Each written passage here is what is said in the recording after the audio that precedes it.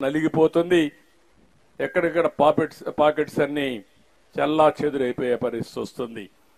అదే మరిగా విజయవాడలో డ్రోన్ పంపించి మొత్తం ఎక్కడెక్కడ చెత్త ఉందో చూసి మళ్ళా డైరెక్టర్ చెప్పి అక్కడికి మళ్ళా ట్రక్ పంపించి ఎప్పటికప్పుడు లిఫ్ట్ చేశాం. 20,000 ట్రక్కులు 5-6 రోజుల్లో ఈ చెత్తంతా తీసామంటే అది ఆ రోజు ఉపయోగించిన టెక్నాలజీ అని చెప్పి నేను మీకు తెలియజేస్తున్నా. ఇంకో పక్క ఎక్కడైనా సరే ఈ డ్రైన్స్ అన్ని పూడిపోయి ఉంటే నేరుగా అక్కడ పోయి అవి కూడా తీసి పలాంది ఎక్కడ పూడిపోయిందంటే అక్కడికే ప్రొక్లైన్ పంపించి అవి కూడా క్లీన్ చేయించాం. నీళ్లన్నీ వెళ్ళిపోయే పరిస్థితికి వచ్చింది. ఈ రోజు నేను ఆలోచించేది భవిష్యత్తులో ఈ డ్రోన్స్ ని మీ దగ్గరనే చూసే సీసీటీవీ కెమెరాలు ఉన్నాయి. నేను మొన్న అదే చెప్పా అపోజిషన్ పార్టీకి. అనంతపూర్ జిల్లాలో ఒక ఊర్లో రథం ఉంటే రథాన్ని తగలబెట్టి దాని మీద నెపం మన మీద వేయాలని చెప్పి చూశారు. నేను ఒకే ఒక మాట చెప్పాను, ఒల్లి దగ్గర పెట్టుకోండి. మీరు నేరం చేస్తే నేరం చేసిన 2 నిమిషాల్లో మీ చొక్కా పట్టుకునే వ్యవస్థ నా దగ్గర ఉంది. నేరస్తుల్ని వదిలిపెట్టని చాలా స్పష్టంగా చెప్పాను. రాముడు తల దీయించేసి రామతీర్థంలో ఇంతవరకు ఎంక్వైరీ లేదు. అదే మాదిరిగా రథాలు తగలబడితే దాని మీద ఎంక్వైరీ లేదు. ఏదైతే విజయవాడ దుర్గమ్మ అక్కడుండే సింహాలు ఏవైతే వెండితో తయారు చేసిన సింహాలు దొంగిలిస్తే దాని మీద ఎంక్వైరీ లేదు. మా వాళ్ళకు ఒకటే చెప్పారు, అన్ని దిక్కల్లో ఈ నేరస్తులుండే ఈ రాష్ట్రంలో మనం టెక్నాలజీ తప్ప ఇంకొక మార్గం లేదు. అన్ని దిక్కల్లా సీసీటీవీ కెమెరాలు పెడదాం.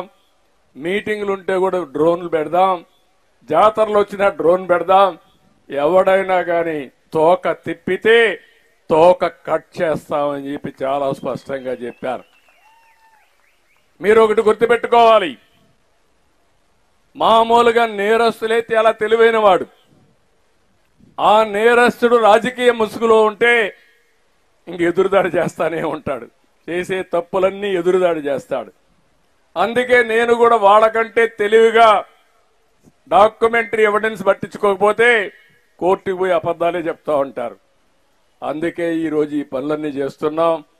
టెక్నాలజీ ఒక పక్క దొంగలను పట్టుకోవడమే కాకుండా నేరస్తుల ఆట కట్టించడమే కాకుండా మెరుగైన సేవలు అందించడానికి ఉపయోగపడుతున్నా.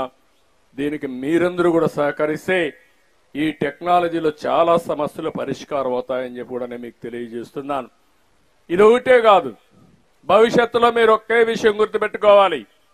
ఈ రోజు మనందరం కూడా గట్టిగా కష్టపడుతున్నాం, శారీరకంగా కష్టపడుతున్నాం. భవిష్యత్తులో శారీరకంగా కష్టపడవలసిన అవసరం లేదు.